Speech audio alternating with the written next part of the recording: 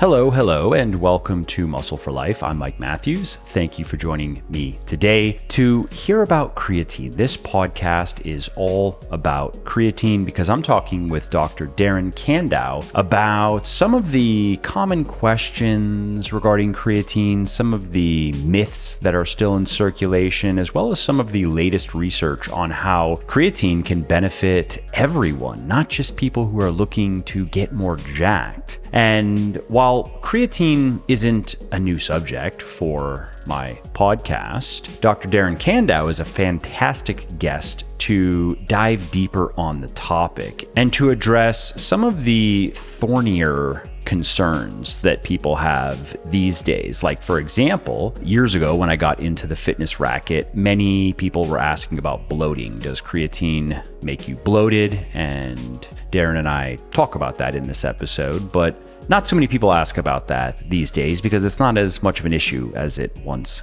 was, or at least as it once was perceived to be by many people. But these days, there are other concerns, more serious concerns, like many guys who ask me if creatine is going to make them go bald or if it's going to accelerate their balding. And yes, Darren does talk about that in today's podcast. Parents will ask me if their kids, if their teenagers should take creatine. And we talk about that. People will ask about upset stomachs because some people, they just don't do well with different forms of creatine. Why is that? And what can they do about that? Caffeine and creatine. Is it detrimental to combine them? Is it detrimental to take a pre-workout that has caffeine and creatine, or to take a pre-workout and then add some creatine, maybe some, just powdered monohydrate? And so those are all things that Darren and I talk about in today's episode. And in case you are not familiar with Darren, he is a professor at the University of Regina. And yes, I checked the pronunciation on that. That is correct. And his research has been focused on creatine and resistance training. He has produced 87 peer-reviewed studies on that, and his work has been cited thousands of times. So he knows a thing or two about the science of creatine and about evidence-based supplementation in general.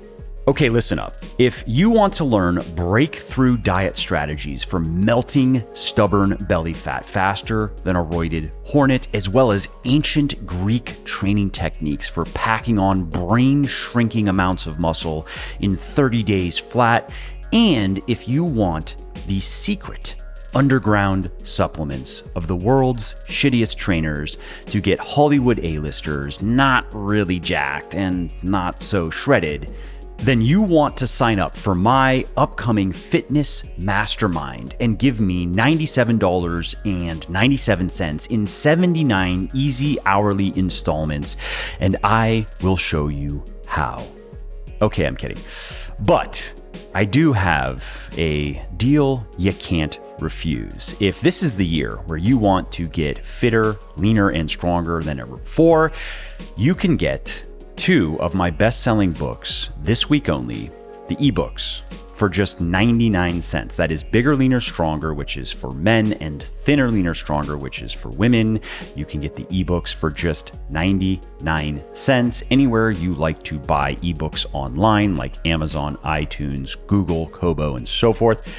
And no, there really is no catch. You can get 2 of my most popular fitness books for less than a cup of Mickey D's coffee. These are books that give you the exact step-by-step blueprint for building muscle, losing fat, and getting stronger faster than you ever thought possible. These books have sold over 1 million copies. They have helped tens of thousands of men and women dramatically transform their bodies and lives.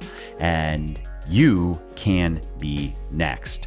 So don't put this off for later and forget. Just go grab the change between your couch cushions and then head over to wherever you like to buy ebooks online and pick up Bigger, Leaner, Stronger if you're a guy for 99 cents, or Thinner, Leaner, Stronger if you are a gal for 99 cents. Hey, Darren, welcome to my podcast. Thank you for taking the time to do this. Yeah, thanks for having me, Mike. It's excited to be here. I'm super excited to talk about creatine. So let's get right to it.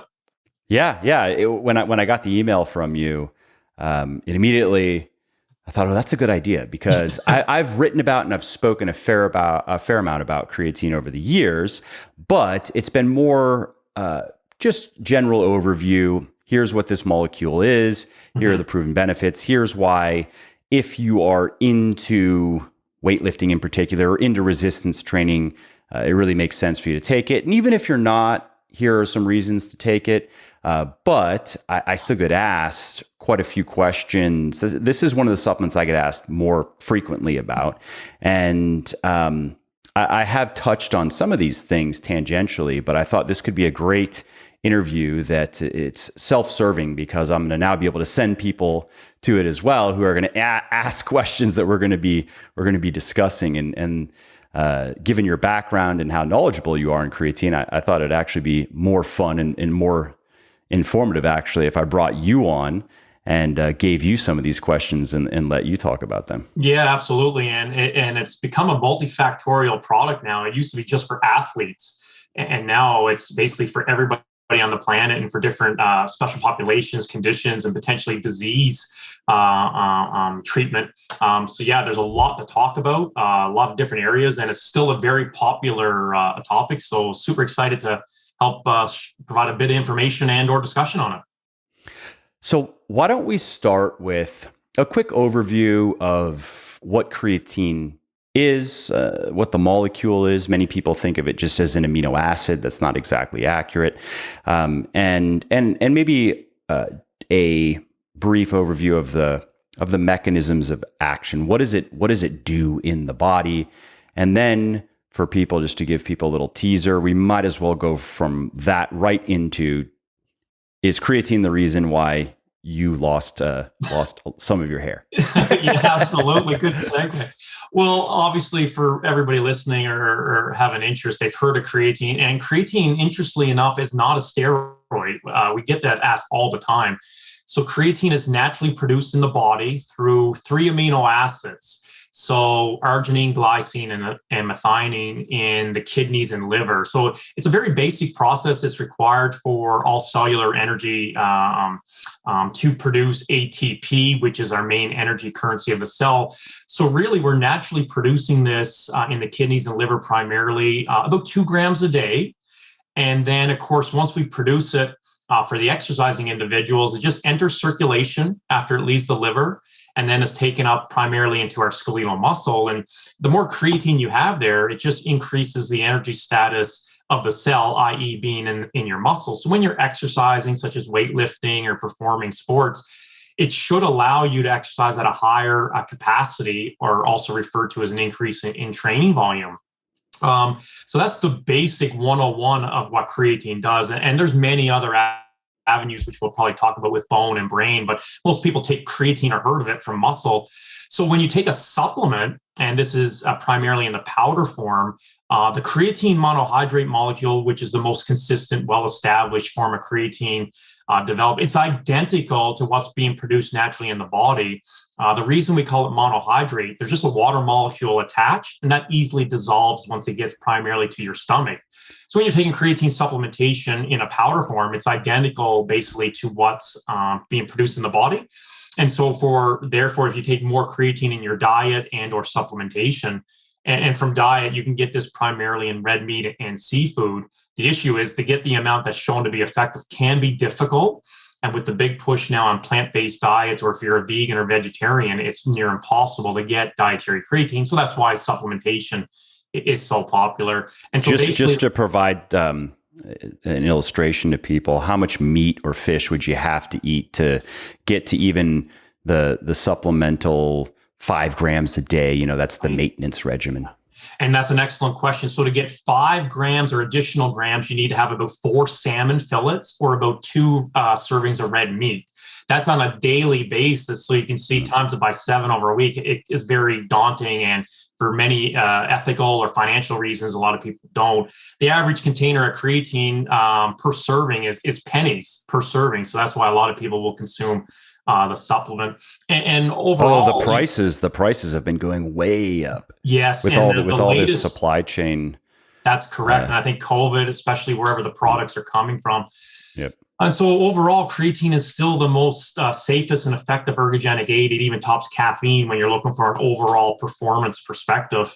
And there's a multifactorial array of things it does do. But the 101 is it gets in the muscle, it enhances the capacity in the muscle, and that allows the muscle to do more work. So over time, the muscle should get bigger, stronger, and faster. Very minimally would we ever see experimental research show beneficial effects from creatine without training. So the key here is that the magic of resistance training or weight-bearing exercise seems to unlock the additional boost that creatine provides. It's no different than protein and resistance training. Exercise, and it's very different than steroids in that regard. 100%. And you get enough testosterone, you have to do anything, and you're just going to get bigger. Yeah, and that's 100% correct. So again, it's not an anabolic steroid. That's still a myth, and a lot of people think just because it has some anabolic properties. But no, it's an organic acid naturally produced in the body and or synthesized and consumed either in red meat, seafood, minimal amounts in poultry, but the most common is commercially manufactured products. And from there, I know some people are wondering, well, does it shut down your own natural production? And what happens when you stop taking it? Is there a period when you have quote unquote low creatine? But I think we'll get there. However, we might as well just, again, get right to what I get asked most frequently. Right. And that is, does creatine cause hair loss? Yeah, and I'm not the best example to say it does or does not, because obviously I'm follically challenged. But the ironic thing is, it is still the number one question that you get asked, and even in academia, we get asked in rugby players way back in 2009. And they looked at, it was a crossover design, so it was a powerful design, but they did not measure any incidence of hair follicle thinning or hair loss. So the whole theory with this is that these individuals supplement with a high dose of creatine. It's 25 grams a day for a week. And then they went on a maintenance phase. And all they did was measure creatine supplementation during their normal training for rugby. And then, of course, they measured DHT, which is an abbreviation for dihydroxytestosterone. And all that really means is testosterone is enzymatically created to DHT. And DHT, when it combines or influences the hair follicle, can make it shrink or die. So that's where all the theory came from. And lo and behold, in this study, and it was the only study to ever look at this, the individuals supplementing with creatine increased DHT by 56% during the loading phase, and then it reduced down to 40% during the maintenance phase. Whereas when the same players took placebo, there was no significant increase. So everybody just concluded, well, an increase in this hormone will obviously cause hair loss. Again, no hair follicle thinning, loss, or hair patterns was measured. But if you look closely at the data, when they were on creatine, they actually started with DHT levels much lower. So the rate of change is a little deceiving. And if you have access to the paper, when they went to the maintenance phase, the elevated dose of DHT came substantially down.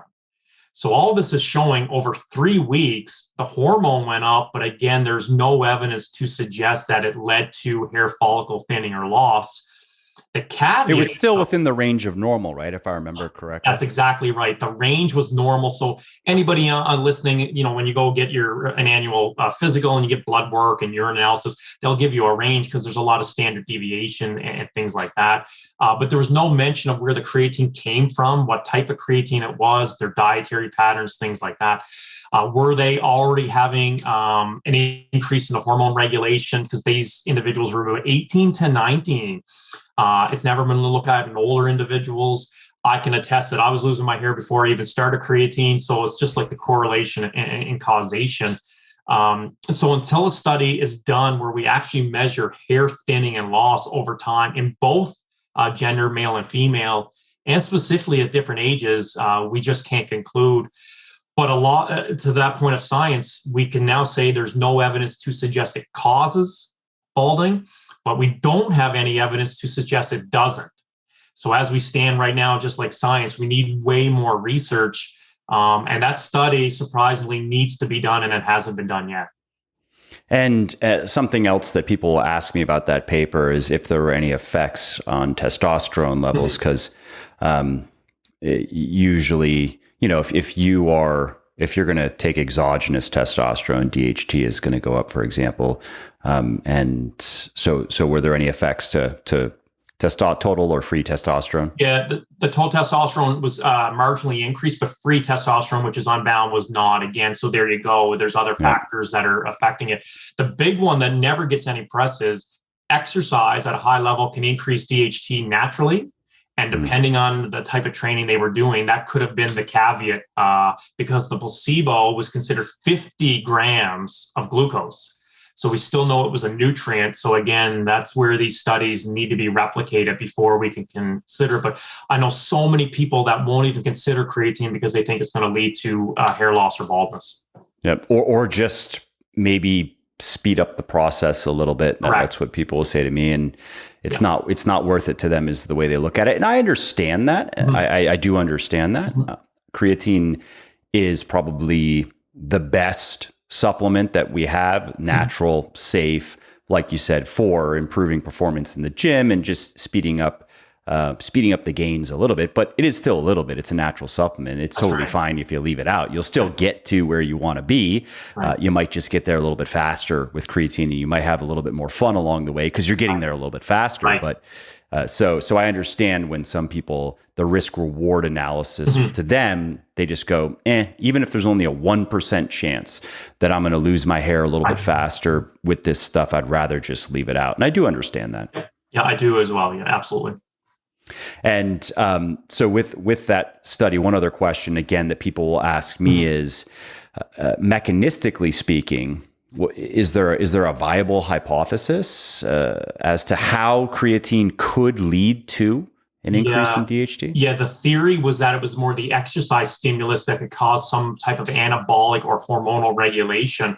I mean, creatine has shown to influence insulin-like growth factor, myostatin, and some of the other endocrine markers. But this, again, it was just a short-term study, but it was more of a hormonal regulation. And it just so happened that during the creatine session, it went up. But again, as to your point, it was in normal physiological range. So it's total speculation. And if I hear you correctly, then this is a type of effect that has been seen in other studies involving intense exercise. Yeah, this effect on DHT. Yeah. That's correct. Yeah, exercise training can naturally increase as well. And the authors elegantly even stated that in the paper. But just like that gets lost. It's too late. That's right. The alarm bells are already going, and that's right. Yeah, it is funny. So if the viewers can actually read the paper, there's a lot of interesting information in there about how exercise can actually play a role in this as well. Okay, cool. So I think that's all that can be said at this point. And so again, anybody listening, if you're not taking creatine because you have maybe male pattern baldness in the family, or your hairline is receding and you don't want to take the risk, it's understandable. But Darren, would you say it's fair to say that? Well, I guess you already said it. There's certainly no evidence that it is going to cause hair loss. Would you say that there isn't strong evidence to say that it's going to have any effect one way or another on your hair? But we can't say for certain. And unfortunately, this paper has raised a question that it has more raised a question than provided an answer. That's correct. It's raised a total speculation, and multiple studies that have to be replicated had to be done. And again, there's the evidence right now saying it doesn't show that it does, and it doesn't show that it doesn't until we do that. Yeah. Okay.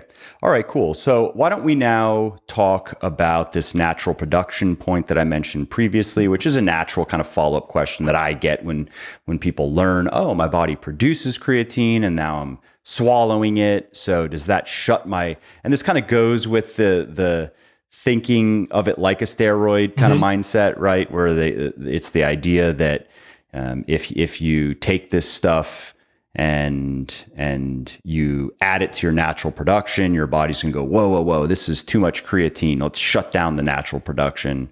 And then what happens if you stop taking it? Are you supposed to cycle it? All these things go together. Yeah. So there was some minimal evidence way back in the early 2000s that showed that high dose creatine, such as a long-term loading phase, can decrease your natural or endogenous production. But as soon as you stop ingesting it, it immediately comes back. So that's got the question of, should I cycle creatine because of that myth as well? And the totality of evidence suggests that creatine ingestion, if it does decrease your endogenous production, it's not to any significant level where it's going to have any adverse effects. As soon as you stop high dose, your body will naturally compensate for that as well. And that's led And to, of course, you wouldn't take a high dose. I mean, I generally don't recommend loading because it's not necessary. And I just know, hearing from people over the years, it can cause upset stomachs, and why, so I don't even recommend it. I tell people, I guess if you want to get it into your system quickly, sure, but you don't have to load it. Yeah, and that's an excellent point. The loading phase is probably for the athlete that's short-term, big event coming up. But you're right, we see a typical increase in mass, and that probably could be some water retention, about 1 to 3 kilograms during that first loading phase. And so in our lab, we typically do a relative dosage or a lower dosage. The population we see that might get some extra benefit from the loading is older adults. That could be because their muscles are shrinking from a type 2 muscle fiber size, or they're not consuming a lot of red meat. But for the average young individual, there's no evidence to suggest that you need, the key word there is need to creatine load. You can take a low dose and it will accumulate in the muscle in as little as 4 weeks. And in the case of an older adult, so how would that loading phase, how would that work? Because it's normally no more than 2 weeks, right? It's normally a 1 to 2 week, or are you looking at it over a longer? And then what would be the benefit? Let's just take somebody, they're middle-aged, or maybe even golden aged, right? And they're starting creatine. Scenario A would be, they just take 5 grams a day and they let it accumulate at that rate, versus the 20 to 25 grams a day, and for how long? Yeah, exactly. So typically, if we do the loading phase, it's about 20 grams a day for about 5 or 7 days. In young individuals, you start excreting that creatine after about 2 or 3 days. So we think the muscle can be saturated pretty quickly, depending on your habitual diet. If you're a red meat eater, you're probably going to have a lot of creatine naturally. And so you might not need as much, whereas vegans or vegetarians would need a lot. But with aging, we see a huge reduction in meat consumption. We see a decrease in activity levels at high intensity. And then the other big one is a decrease in type 2 muscle fibers. So the loading phase may be something to consider for an older adult. And we consider this maybe in their 50s, 60s, and so on, to give them a more rapid boost to hopefully engage and continue to perform resistance training. But for the younger individuals, 3 grams a day for as little as a month has been shown to saturate your muscle. So again, not a lot is needed because you're naturally producing about 2 grams a day. So if your listeners ever wonder where this 5 grams seems to come from, it's 2 grams is about naturally produced, and the lowest dose ever been shown to be effective is 3 grams in addition. So taking 5 grams a day seems to be a very viable strategy from a muscle perspective. That's not the case when we get to brain or bone. And that's a perfect segue, because my next question is regarding brain cognitive benefits. That's something that has been getting more airtime, more talk recently. I've been getting asked about. Yeah, it's probably the most emerging area. And we actually just submitted a paper today. There was about 9 of us that have looked at all the potential effects on brain health. And overall, creatine supplementation can definitely increase brain creatine content. However, the dose seems to be a little bit higher, or speculation it might be needed to be higher for 2 reasons. The muscle does not synthesize creatine, so therefore it could probably uptake all the supplement, whereas the brain does.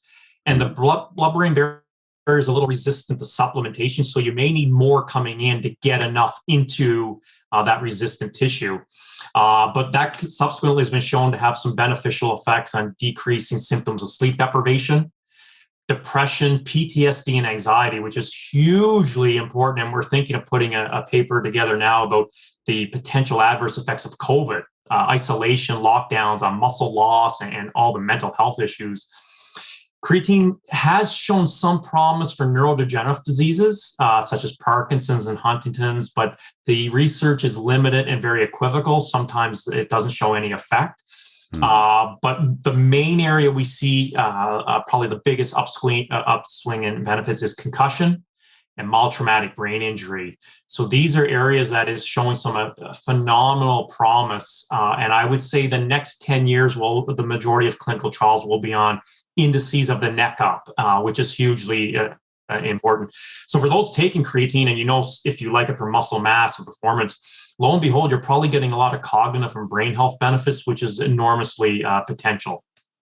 And what's the dosing like for that? Because now people are wondering, well, a lot of people listening, they take 5 grams a day. Yeah. Is that enough to get any of those benefits? And if they were to go to more than that, would they, even if they wouldn't necessarily notice it, is it likely, or is there evidence of further efficacy? Yeah. So the acute studies have shown that the loading phase plus a maintenance phase of about 5 grams or so can have some beneficial effects. There's only a few studies that have not done the loading phase and just went with a 5-gram dose. But it seems that a higher dose, maybe 5 grams or more, for a longer period of time. So I think this is a caveat. If the average individual is taking creatine for health benefits, part of their training program, and they're like, hey, I'm going to take this for multiple months or years, they have nothing to worry about. Eventually, it's going to accumulate in the brain. But if an athlete says, I'm just taking creatine for 2 weeks, they probably won't get the effect. So this really seems to have promise for individuals saying creatine is part of my daily strategy, just like protein and carbohydrates. If they're willing to consider creatine in their diet and or supplementation, this probably will accumulate over time. We do see the greater benefits at a higher dose. And this is where the theory that maybe 10 grams a day for concussion, mild traumatic brain injury could be beneficial. I'm not 100% sold on having a low dose on a daily basis. I'm not seeing any evidence from all the research that a higher dose is detrimental. And so kind of like you've heard with protein anabolic resistance, we need more protein as we get older. I think a theory is that maybe more protein could be beneficial because now we know it's not just used for muscle. It's used for your bone density, brain health, and probably other areas. So the 5 grams a day is great for muscle performance, but if you're trying to get a holistic approach, more is potentially better.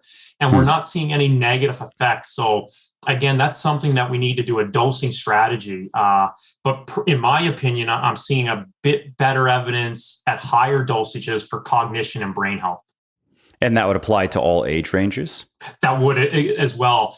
So you can take 5 grams a day, or the ones we use in our lab is 0.1 gram per kilogram. So that keeps it equivalent for everybody, very similar to protein or caffeine. So if you're 70 kilograms, that's 7 grams a day. If you're 50 kilograms, it's 5 grams a day. The theory, though, is that the larger you are with more muscle mass, you're going to have these more creatine doorways or transporters into the muscle. So the theory is that if a larger individual, just say 250 pounds playing professional sports, they're probably going to need more creatine on a daily basis or have the ability to take it into the muscle. And that's where you hear about the differences in creatine uptake. It's no different than caffeine. Small coffee versus extra large. Right. Or even similar to protein absorption, 100%. Something totally separate subject, but something people will ask me about. And for everybody listening quickly is the question normally is, hey, how much protein can I absorb in one sitting? And this has been touched on in different ways in research that I've seen, but I think it's fair to say that a very large individual can eat more protein and effectively process more protein in one sitting. Maybe it's 100 grams plus for the 250 pound linebacker in the NFL. And maybe it's less than that for my wife, who weighs 100 pounds and has some muscle because she rides horses, but she's not a bodybuilder. So. Exactly. Yeah. That makes sense. We could talk to her blue in her face with the protein, the 20 grams, how much you digest and absorb, but you're totally right. And the analogy is the same.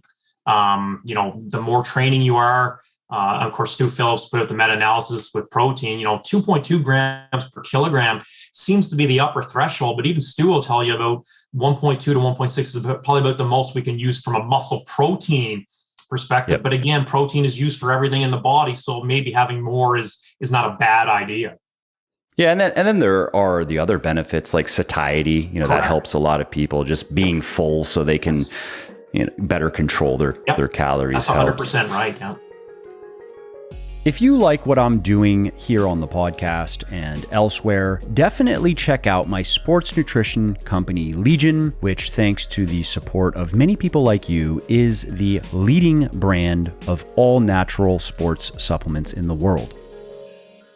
So what about children? And this is something I get asked about. Teenagers in particular, because parents will usually reach out. Sometimes it's the teens themselves, but usually it's parents whose teenaged kids are now getting into weightlifting. Of course, they hear about creatine and they're all excited about it. And sometimes I get asked also for even younger. Usually it's, kids playing sports. They could be 10, 11, 12. What are your thoughts? Yeah, so it's obviously a cautionary area. And we can even talk about pregnancy, but there was a number of us that looked at special issue in Nutrients Journal this year. And we looked at all facets. And Andrew Yagam from the United States is probably one of the world's leader on creatine in children. And he's done some really nice review articles looking at all the articles and research. And to this day, creatine can definitely have some beneficial effects on improving some indices of muscle and bone and coordination, even in disease state children, such as boys with muscular dystrophy. And when you look at all the data, there's no adverse effects.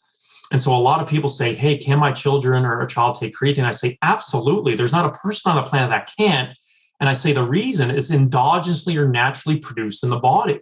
And so since we're taking something in naturally, protein or creatine, there's no difference. Your body's going to adapt to it. Now, if it was a pharmaceutical, that would be different, or an anabolic hormone.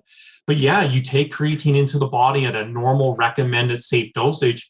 And right now, as it currently stands, we're seeing no reason a child or adolescent cannot take creatine. If anything, it may have some potential protective or neuroprotective effects for brain development and musculoskeletal as well. So as it stands right now, the research or evidence-based research suggests it's very beneficial with no adverse effects to this date.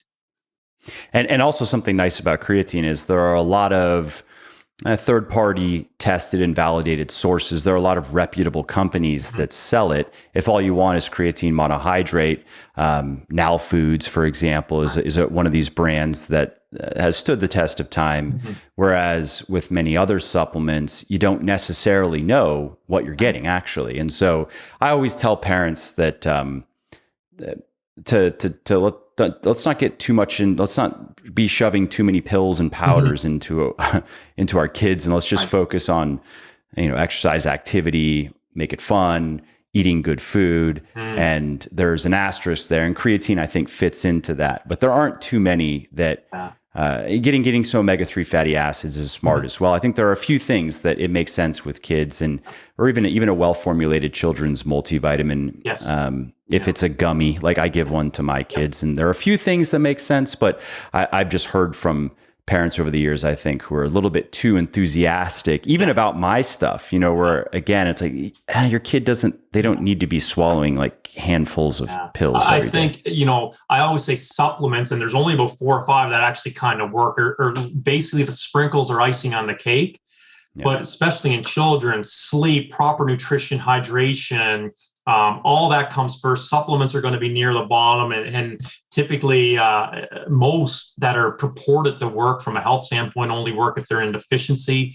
There's only a handful that are from an ergogenic perspective, but there's a lot of other things for children development and the average individuals that should be looked at first. If you don't have adequate sleep, you can take every supplement, as much coffee as you want until you're blue in the face, and you'll never train at the optimal level. So there's a lot of other things that we unfortunately, everything just gets worse and worse and worse. I know, absolutely. You can't get around it. I wish it were not that way. I know. That's the greatest supplement. There it is. Sleep. It's true, 100%. If you're not getting enough, that's for sure. Absolutely. You mentioned caffeine. How about that? There's the question about combining creatine with caffeine, because some pre-workouts, for example, have creatine and caffeine. Or okay, I had some caffeine before I trained. Do I need to wait X number of hours before I take my creatine? That's right behind baldness. This one is right up there. So I'll try to do justice to the small body literature.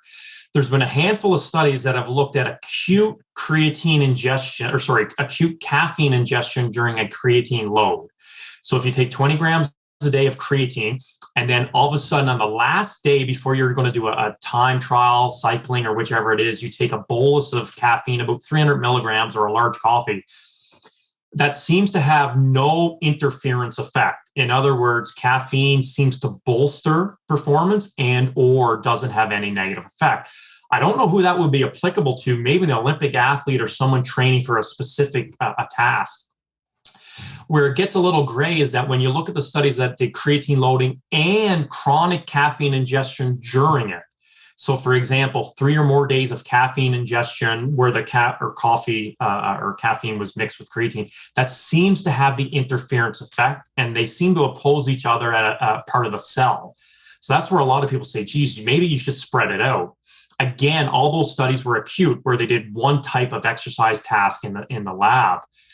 So we were fortunate to publish the only paper this year where we looked at caffeine and creatine combined, and now the caffeine was the powder, during a weight training program for 6 weeks. The sample size was low, but what it did show is that the group who took caffeine and creatine together on a daily basis for 6 weeks did not perform nearly as well from a muscle growth perspective as those on creatine alone. So that indirectly suggests that if you combine the two during a long-term program, they may blunt each other. So we didn't measure any. Is it blunting each other, or is the hypothesis that it's the caffeine blunting the creatine? But yeah, they seem to play tug of war at something called the sarcoplasmic reticulum. Caffeine likes to release calcium, which is required for muscle contraction, and creatine likes to take it up immediately. So they kind of interfere with each other. So that was the theory. We didn't measure that, and it was a small case study, but it did show that the creatine group increased muscle thickness in the quadricep, but the creatine and caffeine group did not.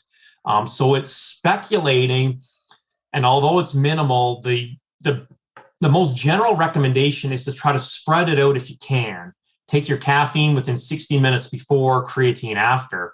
Now, an important distinction is, what about in pre-workouts? The vast majority of pre-workouts will have caffeine and creatine, but keep in mind— This, by the way, is why I did not put creatine in mine. Okay. And this was years ago, yes, when the evidence was even more tenuous than it is now. But I figured, why risk it, so to speak, when people are also accustomed to having creatine in a post-workout meal or supplement or setting, and I would rather not have to come back and eat crow and take it out when more evidence comes out, when I felt like I could just avoid this and make customers happy, that people aren't demanding it to be in the pre-workout. And I totally agree. To that point, like, caffeine is an immediate stimulant. Within 60 minutes, it sort of peaks in the blood, whereas creatine takes a few hours to maximize.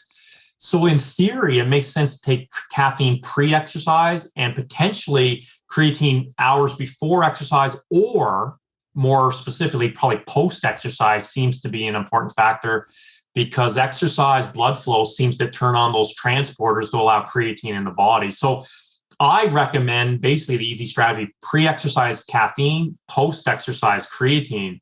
But in a lot of those pre-workouts, there's going to be a totality of other compounds in there that we don't know if they have some synergistic effect. Like, maybe if one had nitrates and branched chain amino acids and all these other things, maybe some cancel each other out. So again, until more research is done, specifically on the mechanisms, I don't know if I would recommend combining the two, but in those limited studies, they seem to interfere with each other.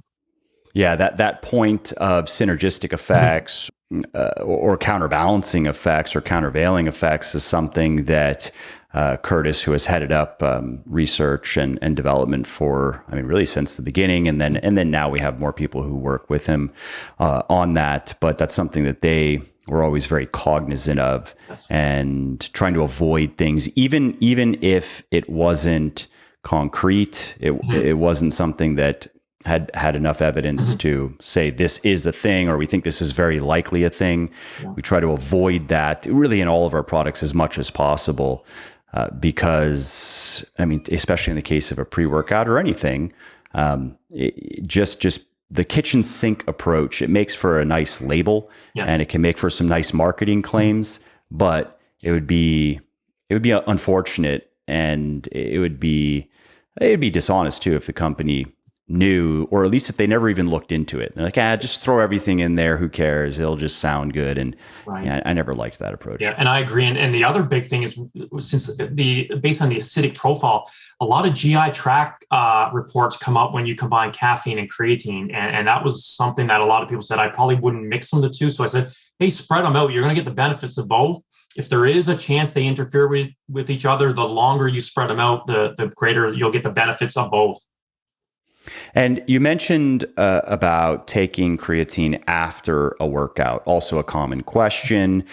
For some time, it was generally believed or accepted that post-workout with some food, ideally some carbohydrate, that's ideal.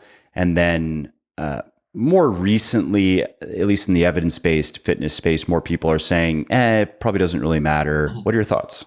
Yeah, as it stands right now, we've done probably the majority of the timing. The timing is probably irrelevant when it comes to creatine, no different than probably protein. But the nice thing is adding in creatine post-workout, and even if you decide to, hey, I'm going to take it before or during your workout session, the timing doesn't seem to matter that much because it's an accumulating metabolite. But there is some evidence to suggest that by doing muscle contractions in the weight room or on the court, whatever it is, the blood flow to the muscles seems to act as a vehicle to allow the creatine to get in the muscle. And so it can open those transporters. So post-exercise creatine to me is a very viable and easy strategy to consume. Post-exercise can be probably anywhere before your training or after your training program until you go to bed. There is evidence, though, around close proximity to exercise is a very viable and beneficial effect compared to morning and evening. But again, the timing is not nearly as crucial, just like protein. We now know you can consume protein throughout the day, and as long as you hit your total daily amount, you're probably going to achieve those benefits. And as far as post-exercise or not, total absorption, I'm assuming, doesn't change either way. I mean, even with this priming effect, so to speak. Yeah, that's right. Because so, some people, that's what they'll hear. So yes. like, oh, so I'm going to absorb it better if I take it after I train, Yeah, no, it's creatine is about 99, if not 100% bioavailable. So it'll still get into the bloodstream and then taken up to the muscle for your next subsequent exercise bout. And then it takes a while to accumulate. So again, they have the luxury. They don't have to have the blender in the weight room and go right after. They can go home and enjoy a meal and consume it. But to your point, there is good evidence. Or the water jug, the pink water jug. So exercise contractions will increase creatine uptake, but creatine combined with carbohydrate will as well. But for those who do not want to consume carbohydrates or simple refined carbohydrates, that's fine. Exercise and it will get in the muscle to a significant degree over time. So it's a pretty easy strategy. There's not a lot of complications to it. Yeah, for me, it's just a matter of remembering to take it, and it's easy to just stack it with something else. And for a lot of people, that's after they work out. Yep. It's just a thing. Then they take their creatine, they eat some food, and they move on with their day so they don't forget. Yep. I agree. What about bloating? That's another question I get and particularly from women who, let's say the question is, this is for people who have not taken creatine. So they haven't experienced bloating, but they want to know, is it going to make them bloated? They hear that, oh, well, it just increases water weight, and that doesn't sound good. Yeah, so the totality of evidence, a couple things. Creatine does not increase even total body water, but it can increase water in the muscle. And that's how we think it unlocks all its potential. So sometimes individuals taking creatine at the beginning stages, typically within the first 10 days, may experience an increase in mass and or have a bit of bloating.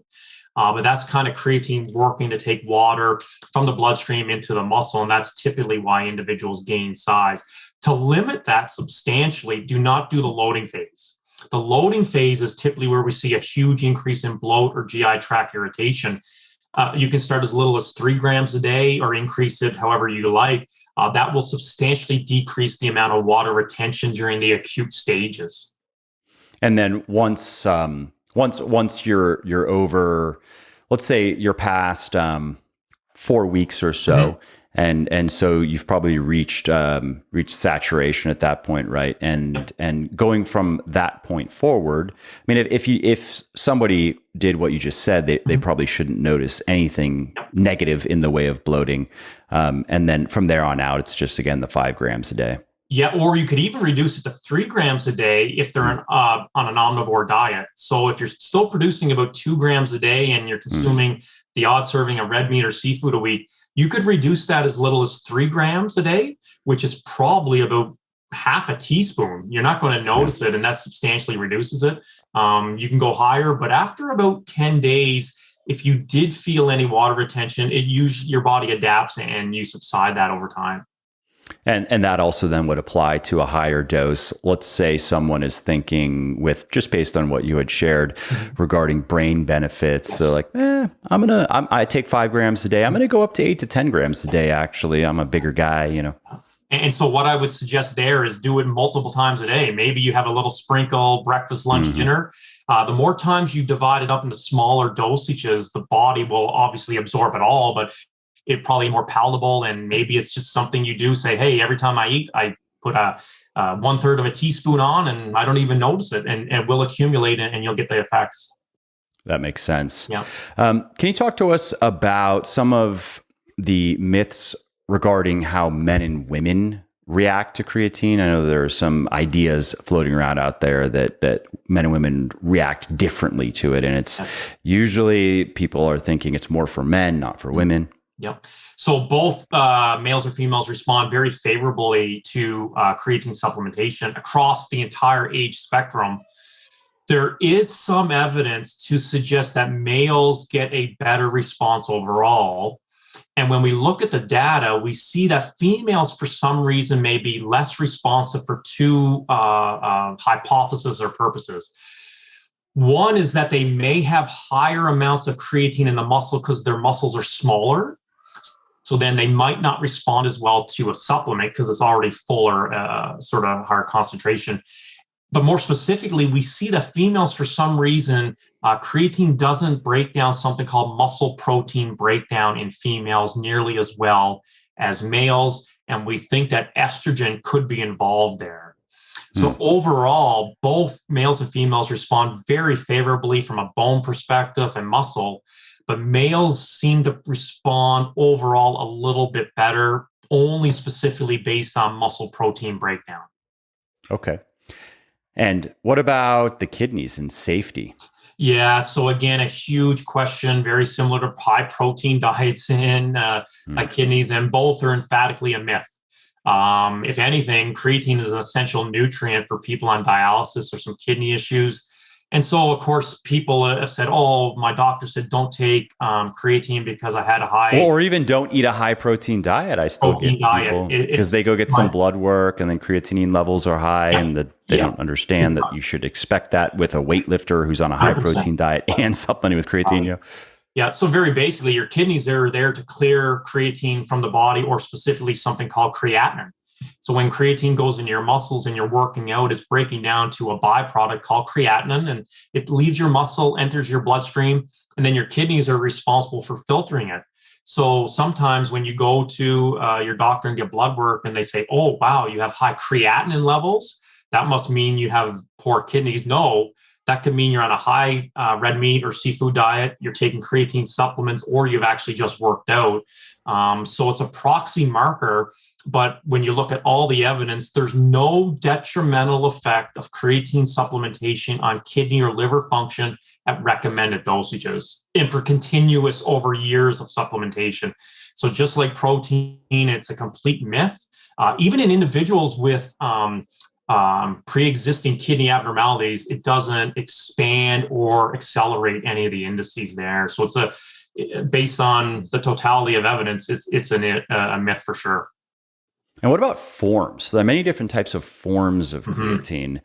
And what's going on there? Is it mostly marketing? This is what I get asked. Or Is there, Yeah. because, people, I understand that they're always looking for what's new and exciting, and creatine monohydrate is neither new Mhm. nor exciting. And, Yeah. but, supplement company XYZ says that, ooh, this new form, this has special benefits. And I think the claims, I don't even pay too much attention, but I think they generally revolve around absorption. Mhm. And bottom line is you're going to get bigger benefits from this special form. Yeah, no, I totally agree with you. I recently talked to Eric Helms about this. It's funny. You take something that's good, tried and tested, and people say, we got to make it better. And I'm like, okay, so let's backtrack. Creatine is about 100%, if not 99% bioavailable. That means whatever you ingest monohydrate goes through your GI tract, gets into the blood, and this is the key, gets transported into your muscle. And so people say, well, we need to make it bigger, stronger, and better. I'm like, you can't make 100% better, but let's try. So there's been, oh my God, creatine hydrochloride is out now, and there's a lot of press there, and in rodents and mice. Is that a thing again? I mean, HCl was a thing. I remember. Yeah. Oh, I must have been 21 or 22 when the first HCl that I saw came out. And I remember they probably sold a lot of it. There was a lot of hoopla. It's number one right now of the new type and quadruple price. And so there's creatine SOF. We can go on, but there's these purported, this is important, all the purported forms of creatine have never ever been shown to be consistent and effective when it comes to a performance perspective like monohydrate. So this is important.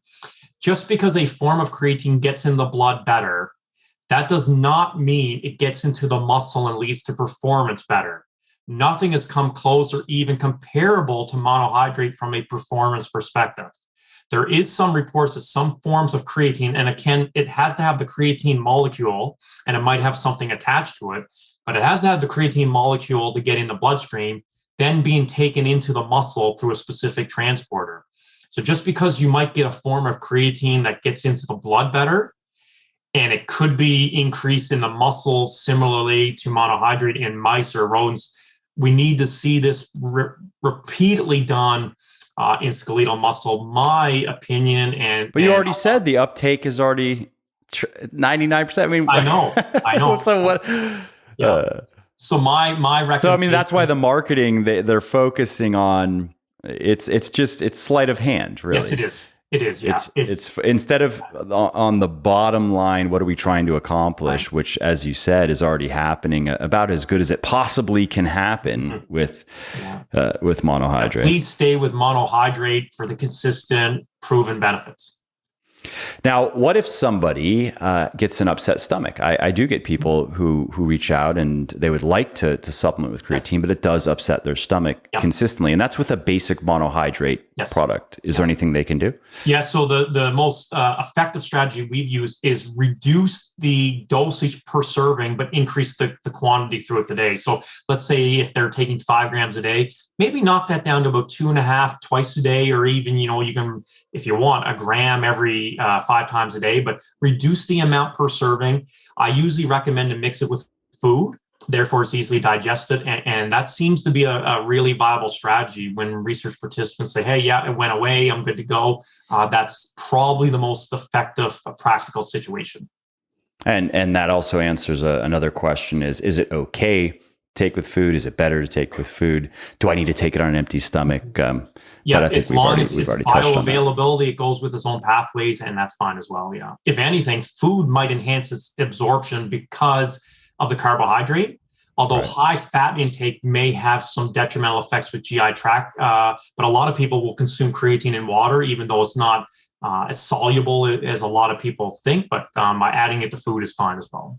Yeah, it's obnoxiously insoluble. Yeah, I know. Even micronized, it's pretty annoying, actually, right? Exactly.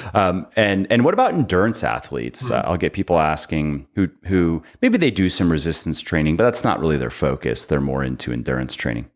Yeah, so a lot of accumulating evidence suggests that anybody involved in high intensity anaerobic sports or intermittent, such as basketball and football and things like that, it can have some beneficial effects. 100%. Even lower intensity aerobic sports are starting to see some benefits on recovery. So for example, marathon or triathlon, post-exercise, it seems to decrease some inflammatory markers. So it seems to have some promise either from a performance benefit or more specifically from a recovery period. It seems to have some beneficial effects for a lot of sports. And mechanistically, if you wouldn't mind just sharing a quick breakdown of how does it help with recovery? People will ask me that. Like they'll understand how it just with ATP and okay, I guess I can see how that can improve performance, but why does it also help me recover, less muscle soreness? Yep. So some of the strongest evidence with creatine is based on its recovery properties. So it's considered now to have some anti-inflammatory effects. A lot of people will take an Advil or something, but creatine seems to decrease something called a reactive oxidative species. It seems to increase mitochondrial function, which is basically our powerhouse of the cell. But it also really has a positive effect on decreasing proteins called cytokines, which are highly increased during exercise and during times of metabolic stress. So creatine seems to have this anti-inflammatory or anti-catabolic property to allow the body to recover faster. And then, of course, that could lead into more repetitive training sessions or at a higher intensity. And this is the follow-up question that some of the more educated people will ask me is, we'll say, well, but inflammation is inflammation can be good. This is part of what we are trying to accomplish in the gym. And for example, there's evidence that if I were to take anti-inflammatory drugs after I train, and I did that consistently, it'll probably get in the way of my progress to some degree. Will creatine have a similar effect? Yeah, well, the cool thing with creatine, it's anabolic and anti-catabolic. So it decreases the non-anabolic environment for muscle growth. And then, of course, it can have the positive effects, but it doesn't jeopardize the natural inflammatory response to jeopardize recovery. If anything, it just allows it to recover faster. And therefore, you can actually get back in the training room over time. It's kind of like protein. It decreases protein breakdown, increases synthesis. So you combine the two and get the synergistic effect. Makes sense. Well, that was all of my questions. Are there any other questions that you get commonly asked that we haven't covered? No, I tried with one of the guys who works with me on the podcast. We were like, all right, let's come up with all the questions. Let's make this the definitive Q&A for creatine as of January 25th, 2022. Yeah, the other big one is when we consider aging individuals or people, prone to osteoporosis or sarcopenia or frailty. It's having a lot of promise there in combination with exercise. But again, it's something you can get through your diet or through supplementation. But the benefits are substantially outweighing any potential adverse effects, and we're just not seeing it. So overall, it seems to be a lifelong or overall a product that a lot of people that can take or at least consider from that standpoint. Yeah. I mean, it really is one of the few supplements that everyone can benefit from in one way or another. You almost could class it. It's not as essential, of course, as an omega-3 fatty acid or a vitamin D.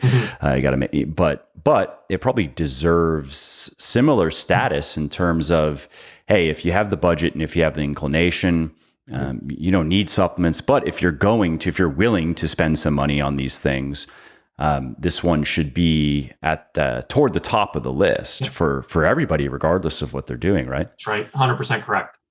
Awesome. Well, thanks again for taking the time to do this. It was very informative. And if people want to check out your work, where should they go? How do they find some of the research you've published? Is there anything else that they should know about? Yeah, I mean, for all our articles, you can just go to PubMed and search creatine monohydrate. Or if you want to follow me on Instagram at Dr. Darren Candow, I usually post a whole bunch of our most cutting edge research that way. So yeah, that's probably the easiest ways to go. And thanks again for having me. It was fantastic. Yeah, absolutely. Well, I hope you liked this episode. I hope you found it helpful. And if you did, subscribe to the show because it makes sure that you don't miss new episodes. And it also helps me because it increases the rankings of the show a little bit, which of course then makes it a little bit more easily found by other people who may like it just as much as you. And if you didn't like something about this episode or about the show in general, or if you have ideas or suggestions or just feedback to share, shoot me an email, mike@muscleforlife.com, muscleforlife.com, and let me know what I could do better, or just what your thoughts are about maybe what you'd like to see me do in the future. I read everything myself. I'm always looking for new ideas and constructive feedback. So thanks again for listening to this episode, and I hope to hear from you soon.